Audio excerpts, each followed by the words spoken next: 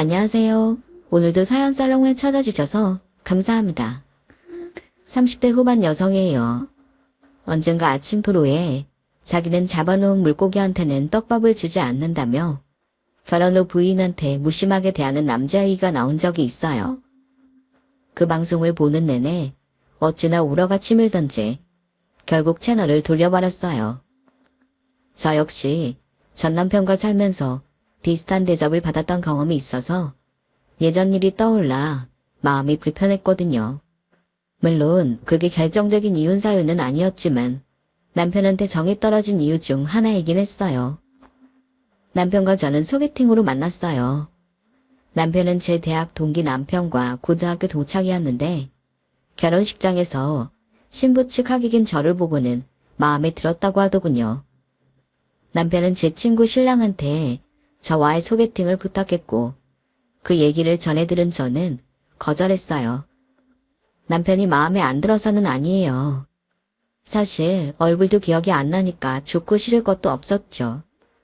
제가 거절한 이유는 마음에 여유가 없었기 때문이에요. 당시 저는 이제 막 회사에 취직해 일을 배우던 시점이라 업무만으로도 버거운 시절이었거든요. 연애할 여력이 안 됐어요. 한 두어 번 거절을 했더니 친구도 더는 소개팅 얘기를 안 꺼내더라고요. 그렇게 남편과는 인연이 끊어진 줄 알았는데 한 달쯤 뒤 다시 만나게 된 거예요. 친구네 신혼집들이에서요. 남편과의 일은 까맣게 잊기도 했고 처음부터 얼굴조차 기억 못했기에 그 자리에 남편이 있는 줄도 몰랐어요. 신혼집 구경도 하고 신혼여행에서 있었던 얘기도 듣다가 술이 좀 들어가니까 각각 무리가 나뉘어 공감대가 형성된 사람들끼리 수다를 떨게 되었죠. 저는 은행에 다니는 친구 남편 친구랑 얘기를 하게 됐는데 음악 취향도 비슷하고 영화 취향도 같아서 대화가 잘 통하더라고요. 특히 신입사원의 고충도 잘 알아주고 적절한 조언도 해줘서 내심 이런 남자랑 만나면 어떨까 하는 생각이 들더라고요. 그래서 친구한테 살짝 그 남자에 대해 물었더니 저 사람이 중현씨잖아. 네가 소개팅 간 남자. 뭐야? 너 지금까지 모르고 있었던 거야? 아까 보니까 분위기 좋던데 이제 좀 만나볼 생각이 든 거야? 대화해보니까 사람이 괜찮은 것 같더라고. 대화도 잘 통하고.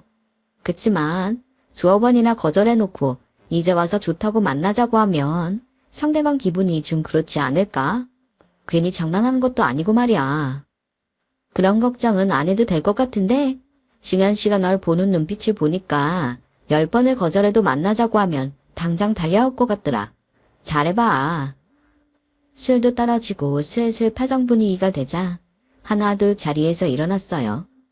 아쉽지만 저도 막차 시간이 다 돼서 더 있을 수가 없었죠.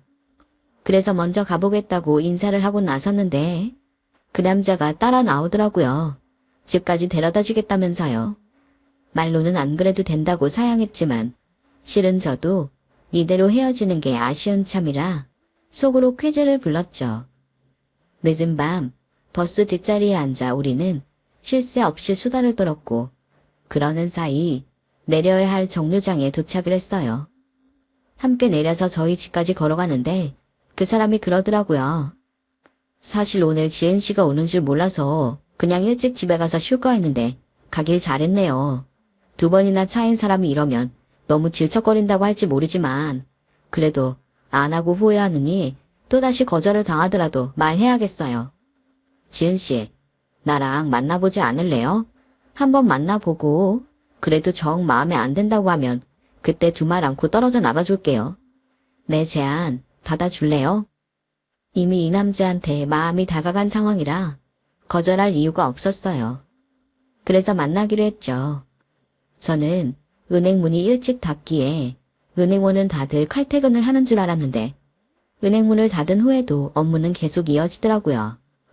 게다가 분기별로 실적을 내야 해서 영업까지 뛰느라 회의를 반납하는 일도 부지기수였어요. 그렇게 바쁜 와중에도 그이는 하루도 빠짐없이 저를 보러 왔어요. 어쩔 땐 5분 정도밖에 못 보고 다시 돌아가야 하는데도 길을 쓰고 저를 보러 오더라고요.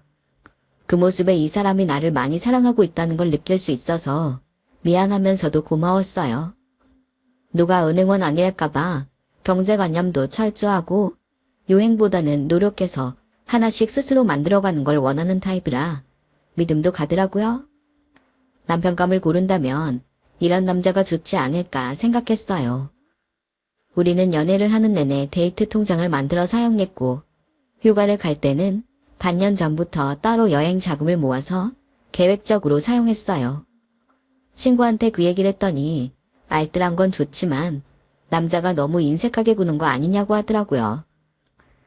남자가 데이트 자금을 다 써야 한다고 생각하는 건 아니지만 주변 친구들만 봐도 여자보다 남자가 더 쓰는 게 사실이잖아. 근데 너희 커플은 둘이 반반씩 내니까 네가 좀 안 돼 보인다 그거지. 은행원이라 그런가?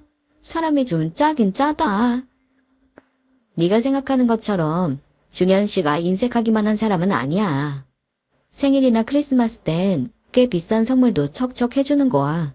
그냥 계획성 있고 알뜰한 사람인 거지. 그때까지만 해도 저는 제 남편의 좋은 점만 보려고 했던 것 같아요. 성실하고 계획성 있고 꼼꼼한 성격이 그땐 그의 단점을 가리고 있었거든요. 3년 조금 넘게 연애를 한 우리는 결혼을 하게 됐어요. 양가 모두 내세울 만큼 돈이 있는 집은 아니었지만 자식들 결혼에 어느 정도 도움을 줄 수 있는 정도는 됐어요. 그래서 남편은 시부모님 도움을 받아 신혼집으로 20평대 아파트를 전세로 얻을 수 있었고 저 역시 제가 모은 돈에 부모님의 도움을 받아 혼수와 예단 준비로 1억 정도 쓸 수 있었어요. 거기다 아빠와 여유자금으로 가지고 있으라고 5천만 원을 따로 주셨는데 그 돈으로는 남편 차를 구입했어요. 결혼 후에도 우리 부부는 데이트 통장을 없애지 않고 거기에 각각 생활비를 넣어서 공동생활비로 썼어요.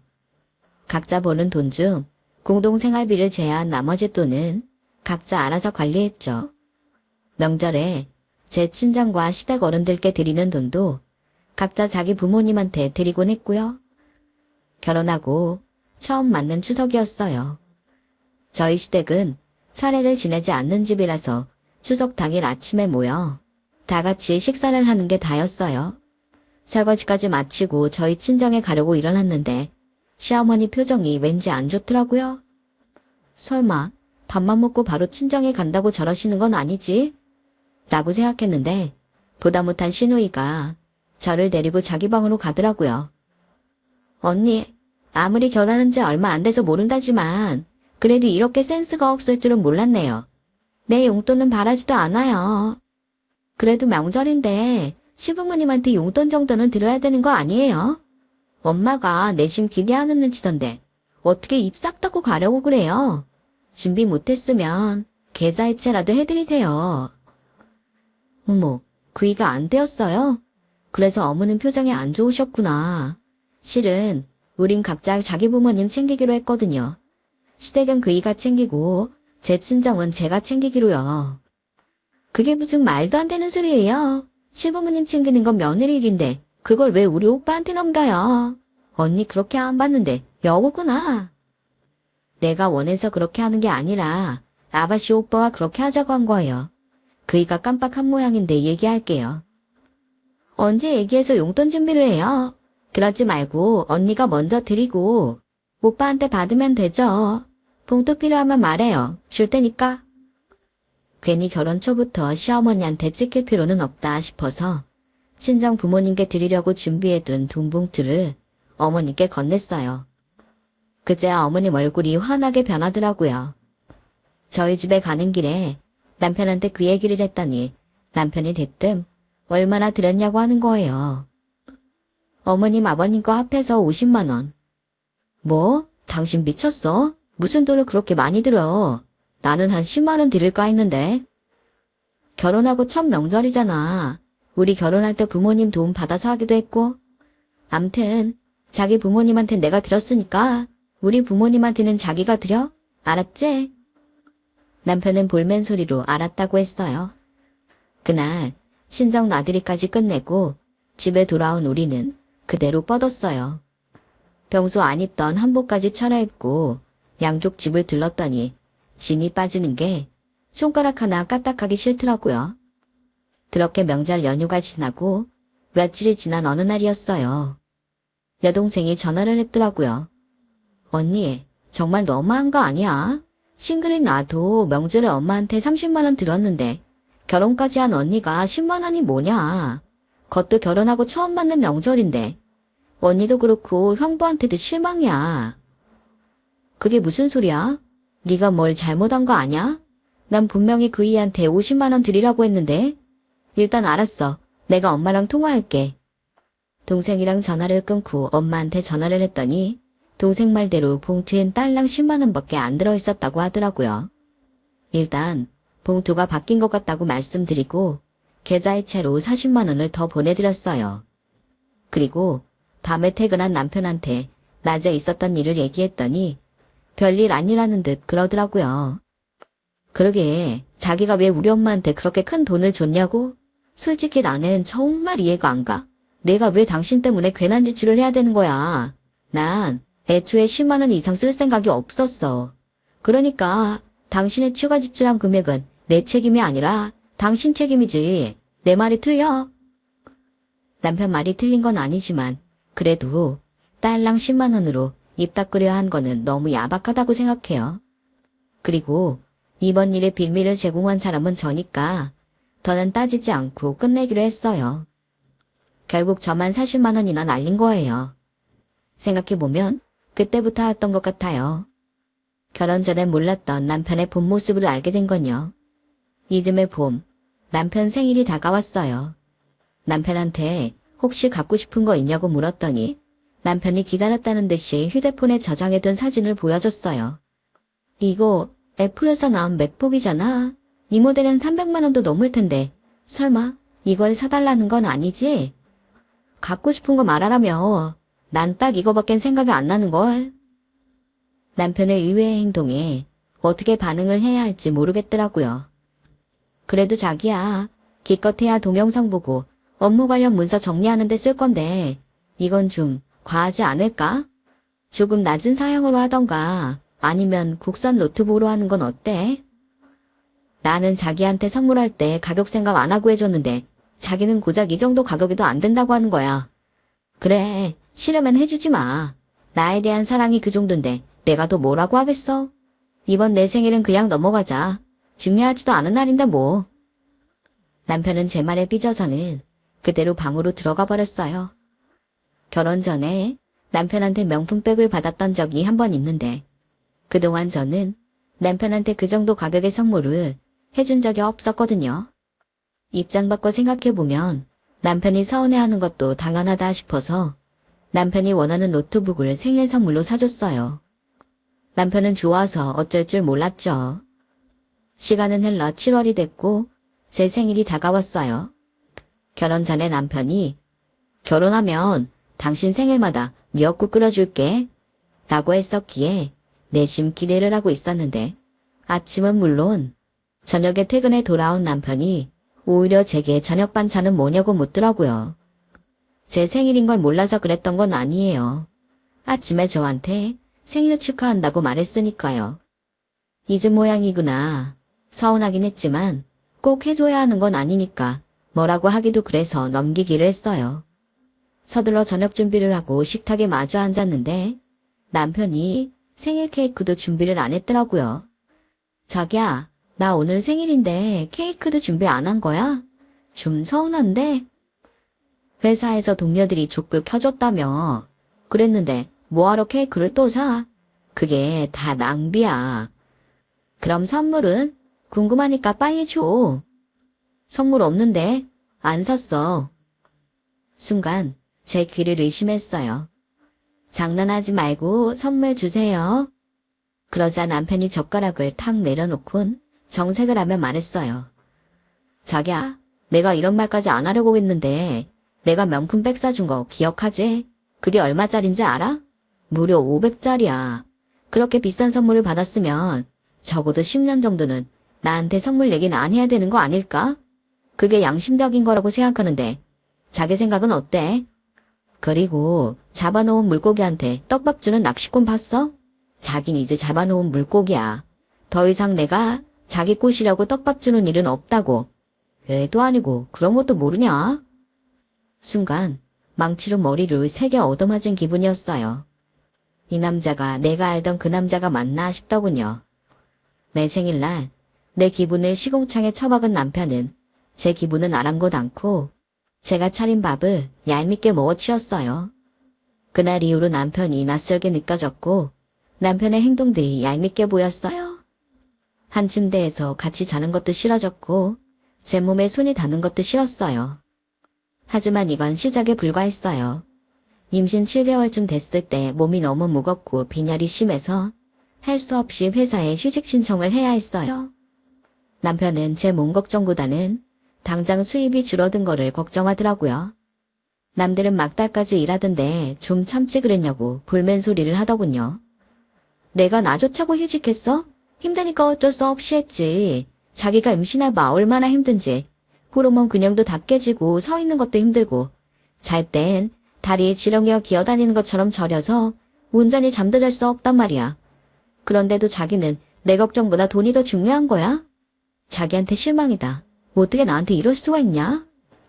임신 탓인지 그동안 서운한 감정이 쌓여서 그런지 닭똥 같은 눈물이 뚝뚝 떨어졌어요. 그제야 남편은 제게 미안하다고 사과를 했어요. 휴직을 하고 한 달쯤 지나 친정아빠 생신이 되었어요. 무거운 몸을 이끌고 남편과 함께 친정에 갔더니 몇 달 전 결혼한 여동생과 제 부가 먼저 와 있었어요. 그리고 그 앞에 놓인 명품 구두가 눈에 들어왔어요. 아빠는 난생 처음 보는 명품 구두에 입꼬리가 춤을 추더라고요. 내가 사위 덕에 이렇게 비싼 구두를 다 신어보네. 고맙네 김서방. 우리 이이가 아빠 정장까지 해주자고 하는 걸 내가 뜯어 말렸어. 장인어른, 이번 생신은 구두뿐이지만 환갑된 제가 멋진 정장 한 벌 해주겠습니다. 아빠한테 싹싹하게 구는 제부를 보니 빈손으로 와서 앉아있는 남편이 그렇게 얄미울 수가 없었어요. 남편 덕분에 잔뜩 어깨가 올라간 동생은 제 남편한테 물었어요. 형부는 생일 선물 뭐 사왔어요? 손에 든 게 없는 거 보니까 현금인가? 그랬더니 남편이 멀뚱거리며 저만 쳐다보더라고요. 그래서 제가 백에서 돈봉투를 꺼내 아빠한테 드렸어요. 아빠, 미안. 내가 일을 쉬고 있어서 이번엔 얼마 못 넣었어. 다음번엔 더 넣어드릴게요. 실제로 봉투를 내미는 손이 부끄러울 정도로 얼마 못 넣었어요. 제가 일을 쉬고 있는데도 남편이 생활비는 꼭 내야 한다고 닥달을 하는 통에 저축해둔 돈을 헐어서 쓰는 중이었거든요. 애 때문에 벌어진 일인데 어쩜 이렇게 야박하냐고 따졌지만 남편은 약속은 약속이라며 꼭 지키라는 말뿐이었어요. 더럽고 치사해서 눈물이 나더군요. 한 달 뒤 저는 예정일보다 일주일 먼저 출산을 했고 3.5kg 아들이었어요. 출산만 하면 좀 살만해지지 않을까 생각했었는데 그 반대더라고요. 왜 어른들이 애는 뱃속에 있을 때가 가장 편한 때라고 했는지 알겠더군요. 하루 종일 먹고 자고 싸고를 반복하는데 정작 아기를 돌보는 저는 먹지도 싸지도 자지도 못하고 아이한테 매달려 있어야 했거든요. 거기다 애를 낳았는데도 불구하고 몸무게가 얼마 안 주는 거예요. 배도 임신 전과는 너무 달랐고요. 내 몸은 완전히 망가졌는데 아이 보는 고생만 들자 심신이 피폐해지기 시작했어요. 남편이 옆에서 돕기는 했지만 어디까지나 돕는 거지 유아를 떠하는 건 오로지 저였어요. 아침에 출근하는 남편이 부럽다는 생각이 들 정도로 일주일에 하루만이라도 육아에서 해방되고 싶다는 생각이 들었어요. 직장 동료들의 SNS에 올라온 사진을 보니 나만 무리해서 떨어져 나온 것 같아서 가슴이 시리고 억울했어요. 그러면 안 되는데 아기 때문에 내가 몸도 망가지고 동료들한테서 멀어진 것 같아 원망스럽더라고요. 거기다 남편은 제가 뭐만 먹으면 옆에서 혀를 차며 몸 관리는 안 하냐고 한심해했어요. 그 말에 자존심이 상해서 다이어트를 하며 복귀 준비를 했는데 10kg을 뺐을 무렵 요요가 오는 바람에 오히려 살만 더 찌고 만 거예요. 살이 찌니 산후 우울증은 더 심해져서 결국 사표를 낼 수밖에 없었어요. 회사 사정도 있는데 언제까지고 휴직 상태로 있을 수는 없었거든요. 그러자 남편의 구박은 더 심해졌어요. 일을 그만둔 지 2년쯤 됐을 무렵엔 제가 모아둔 돈도 바닥이 나서 생활비를 못 내고 있었거든요. 그랬더니 남편이 생활비도 안 내면서 너무 먹어대는 것 아니냐고 밥그릇까지 뺏어가며 난리를 쳤어요. 넌 거울도 안 보냐? 지금 네가 먹는데 신경 쓸 처지냐고. 하루 빨리 살 빼서 새 직장 알아볼 생각은 안 하고 언제까지 내 등에 빨대 꽂고 살 생각이야. 애 핑계 댈 생각하지 마. 남들은 애 안 낳고 사니? 우리 은행 여직원들 보면 다들 애 낳고 2달 만에 예전 모습 그대로 만들어서 복직들 하더라. 네가 게으르고 정신 상태가 썩어서 이 모양 이 꼴이 된 거라고. 언제까지 식충이처럼 살래? 언제까지 내 등골 빼먹을 거냐고. 내가 집에서 놀고 있니? 애 보고 청소하고 빨래하고 나도 하루 종일 일하고 있어. 당신은 휴일에 친구들 만나러 나갈 여유라도 있지? 난 24시간 356일을 육아랑 가사노동에 시달려 산다고. 나 그냥 노는 거 아니란 말이야. 핑계는 너만 애 키우고 사냐? 딴 집 여자들도 육아에 살림까지 다 하면서 일해서 돈까지 벌고 살아. 너만 못한 사람이 어디 있는 줄 알아? 일하기 싫어서 핑계대는 거지. 남편은 끝까지 제 탓을 하며 저를 몰아세웠어요. 마치 제가 사라져주기를 바라는 사람처럼 모질게 굴었죠. 어떻게든 돈을 벌자. 그래서 저 새끼 얼굴에 생활비 던져주고 끝낸다. 이런 결심으로 재택 아르바이트를 찾기 시작했어요. 딱히 기술 없이 집에서 돈을 벌 수 있는 일은 블로그 작성이나 타이핑 정도에 불과했어요. 하지만 일하는 시간에 비해 급여가 터무니없이 낮아서 돈은 안 되더라고요. 그 무렵 방송 채널 모니터링 자리가 있길래 이력서를 보냈고 다행히 합격해서 일을 하게 되었어요. 제가 맡은 채널은 주식 채널이었는데 주식에 관심도 없던 터라 그래프를 봐도 뭐가 뭔지 모르겠더라고요. 그래도 어떻게 구한 일인데 놓칠 수 없어서 도서관에서 책까지 빌려와 주식 공부를 하며 일을 했어요. 공부를 하니 그제야 그래프 변동이 눈에 들어오기 시작하더군요. 비록 많은 돈을 벌지는 못했지만 적어도 남편 눈치 안 보고 제가 쓸 수 있는 돈이 생겨서 숨통은 트였어요. 천천히 일감을 늘리면 생활비 정도는 벌 수 있을 것 같았죠. 하지만 그 시점에 일이 터진 거예요. 남편이 술에 취해 동창들을 집으로 데려왔는데 이 인간이 글쎄 동창들 앞에서 저한테 그러지 뭐예요. 아이고 우리 집 식충이가 안 자고 계셨네. 얘들아 인사해라. 지구적에서 일도 안 하고 내 등골 빼먹는 우리 집 식충이다. 배 좀 봐라. 얼마나 처먹었는지 디룩디룩 살이 쪄서 3겹이 아니라 5겹은 되겠다. 네 남편은 밖에서 죽어라 일하느라 밥도 제대로 못 먹는데 집구석에서 넌 먹고 물어먹을 게 넘어가냐? 에휴 말해 뭐하냐. 식충이가 말을 알아들었으면 진작에 살도 빼고 돈 벌러 나갔겠지. 이건 애초에 의지가 없는 거야. 그러지 않고선 도저히 설명이 안 돼. 인간아, 그러고 살고 싶냐? 그건 내가 할 소리다. 네가 그러고도 인간이니? 지 아내를 친구들 앞에서 식충이라 부르는 네가 인간이긴 하냐고. 네 눈엔 내가 놀고 먹는 사람처럼 보이겠지만 나도 엄연히 일하고 살아.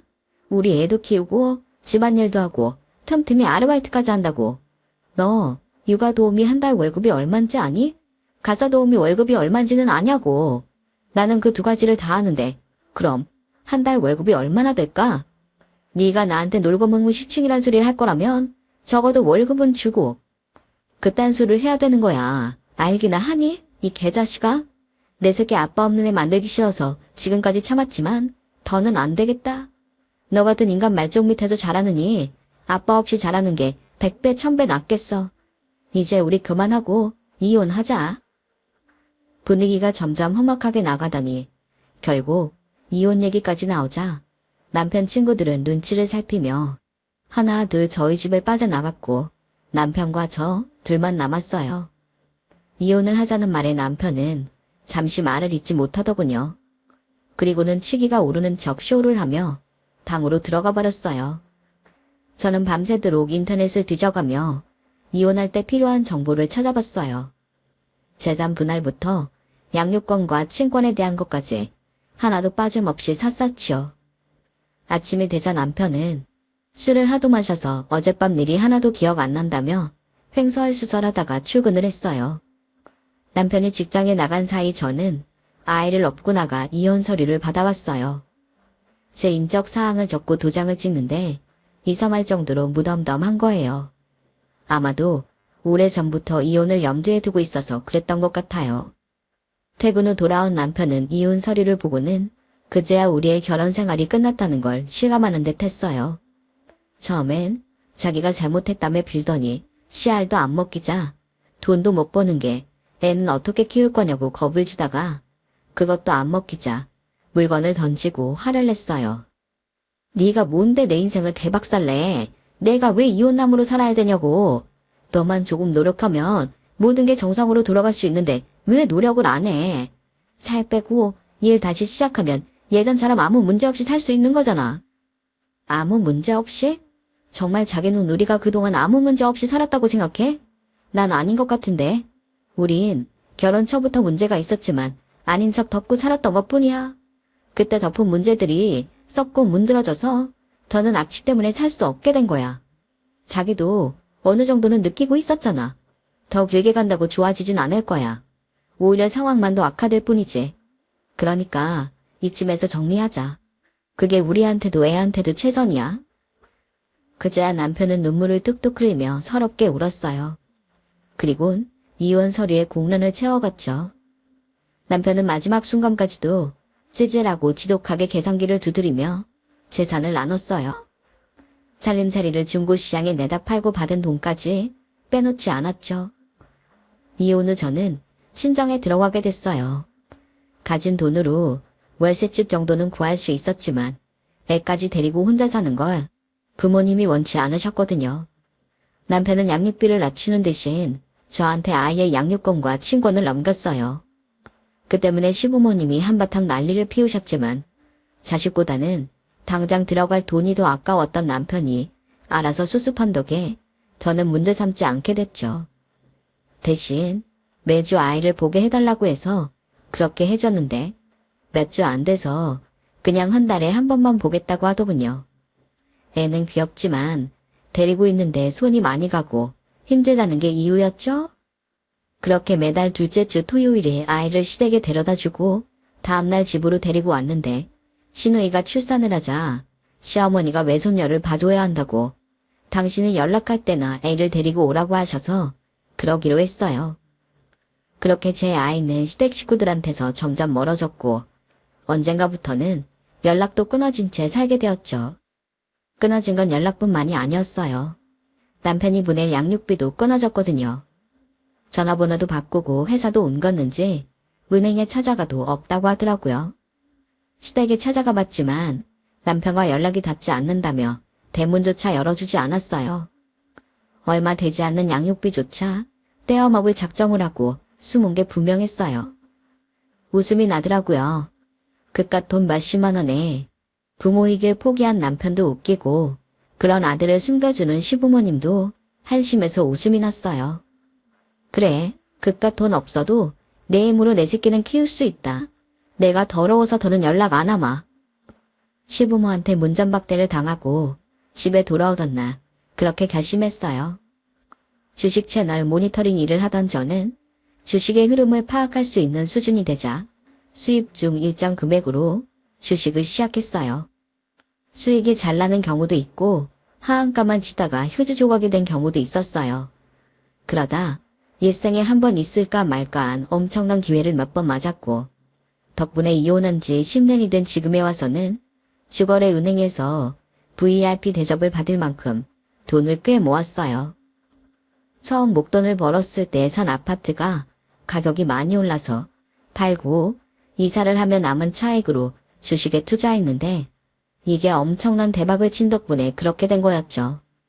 여자 혼자 애를 키우고 살려면 안정된 수익이 있어야 할 것 같아서 주변에 조언을 구했더니 작더라도 건물을 하나 사두는 게 어떻겠냐고 해서 주거래 은행에 대출 상담을 받으러 갔어요. 제가 은행 2층에 올라가서 대출 창구 대기표를 뽑자 부지점장이 달려왔어요. 사모님, 그건 뭐하러 뽑으십니까? 제가 VIP실로 모시겠습니다. 부지점장의 안내를 받고 VIP실에 들어간 저는 담당 직원과 조용히 상담을 할 수가 있었어요.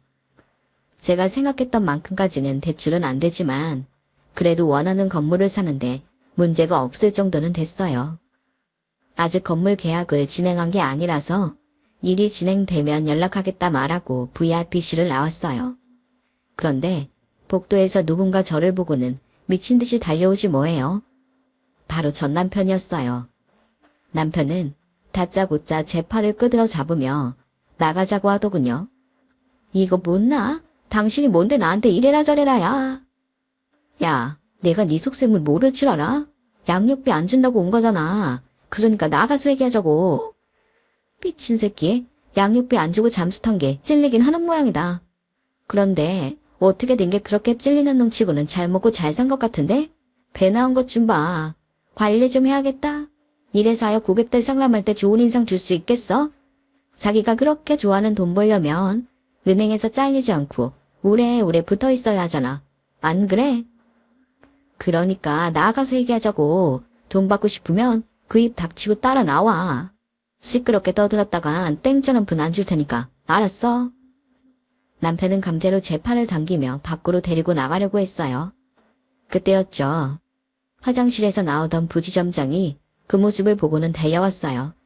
자네 미쳤어? 이분이 누군지 알고 함부로 이러는 건가? 사모님, 죄송합니다. 이 부장이 저희 지점으로 온 지 얼마 안 돼서 사모님을 몰라본 모양입니다. 당장 사과드리게. 이분은 우리 지점 VIP 고객님이셔. 그 말에 남편은 눈이 휘둥그레져서는 얼이 빠진 채 고개를 꾸벅 숙였어요. 부지점장님, 직원 교육 좀 제대로 하셔야겠네요. 이만 가볼게요. 고개를 푹 숙이고 있는 남편의 뒷꼭지를 내려다보며 은행을 나왔어요. 말 그대로 10년 묵은 채증이 내려가는 기분이 나더라고요. 나를 식충이라고 놀리던 남편놈이 내 앞에서 고개까지 숙이는 날이 올 줄 누가 알았겠어요. 거기다 앞으로 제가 은행에 갈 때마다 남편은 굴욕감에 시달려야 할 테니 이보다 큰 복수가 어디 있겠어요. 세상은 참 살고 볼 일인가 봐요. 그리고 그날 밤 낯선 번호로 전화가 왔더라고요. 전 남편이었어요. 근처 카페에서 기다리고 있을 테니 잠깐 얘기 좀 하자고 하더군요. 생각 같아선 꼴도 보기 싫었지만 혹시 애 때문에 만나자고 하는 게 아닌가 해서 약속 장소로 나갔어요. 그런데 이놈이 뭐라는 줄 아세요? 나한테 실망한 건 알지만 이미 지나간 일이잖아. 따지고 보면 자기가 이렇게 성공한 데에는 내공도 있다고 생각해. 내가 당신 등을 밀어줬기 때문에 살도 빼고 다시 일을 시작한 거 아니겠어? 그래서 말인데 자기야, 우리 재결합하는 게 어떨까? 진이를 생각해서라도 그게 낫지 않아? 여자 혼자 애 키우고 사는 거 솔직히 힘들잖아. 사내 아이한테는 아빠가 필요한 순간이 있다고. 그러니까 자기야. 더는 들을 수가 없어서 중간에 말을 끊어버렸어요. 미친 소리하고 자빠졌네. 누가 아빠야. 양육비 좀 지르겠다고 양육권에 친권까지 내던질 땐 언제고 면접권도 포기하고 7년 넘게 영 끊고 산 주제에 아빠. 뚫린 입이라고 함부로 짓거리는 거 아니야. 그리고 너 아니어도 우리 준이한테 아빠 이상으로 보살펴주는 사람 많아. 우리 아빠도 그렇고 제부도 그렇고 네가 네 아들한테 한 것보다 100배 1000배 더 다정하게 아빠 노릇 해준다고. 그러니까 네 깎게 끼어들 자리는 없다는 얘기야. 은행에서 나한테 돈 좀 있다는 소리 듣고 찾아온 모양인데 인간아, 너는 머리를 장식으로도 하고 다니니? 나 정도 돈 있는 여자가 너처럼 돈도 없고 출세도 못하고 인성에 문제 많은 놈이랑 다시 살고 싶겠니? 거기다 머리는 까지고 배까지 나와선 어디다 비비려들어 건방지게. 네 주제를 알고 덤비란 말이야. 그러자 남편이 갑자기 일어나 제 멱살을 잡고 흔들었어요. 네가 돈 좀 있으면 다야? 내가 받아준다고 하면 고개 숙이고 달려올 일이지 어디서 큰 소리야. 남편은 분에 못 이겨 저를 바닥에 내던졌어요. 그러자 카페 안에 있던 누군가가 경찰에 신고를 했고 놀라서 도망치려는 남편을 가게 남자 직원이 달려들어 꼼짝 못하게 붙잡았어요. 잠시 뒤 남편은 경찰서에 끌려갔고 카페 사장은 CCTV 사본을 경찰한테 넘겼어요. 그 일로 남편은 접근 금지 명령을 받았어요. 거기다 제가 양육비 미지급을 이유로 수차례 법원에 남편의 월급 차압 신청을 했던 터라 벌금형까지 받게 되었죠. 이후 남편은 법원의 판결에 따라 월급이 차압됐고 그 바람에 은행에 저와의 관계가 알려졌어요. 결국 등 떠밀리듯 지방에 있는 지점으로 좌천까지 되었죠. 잡아놓은 물고기엔 떡밥을 안 준다고 했던 남편은 잡아놓은 물고기마저 놓친 채 그물까지 찢어먹은 셈이 됐어요. 늦은 감이 있지만 남편한테 이 말을 꼭 해주고 싶네요. 인간아, 그러게 있을 때 잘하지. 이혼하고 10년 만에 생각지도 못한 복수를 하게 된 저의 사연은 여기까지입니다. 털어놓고 보니 속이 후련하네요.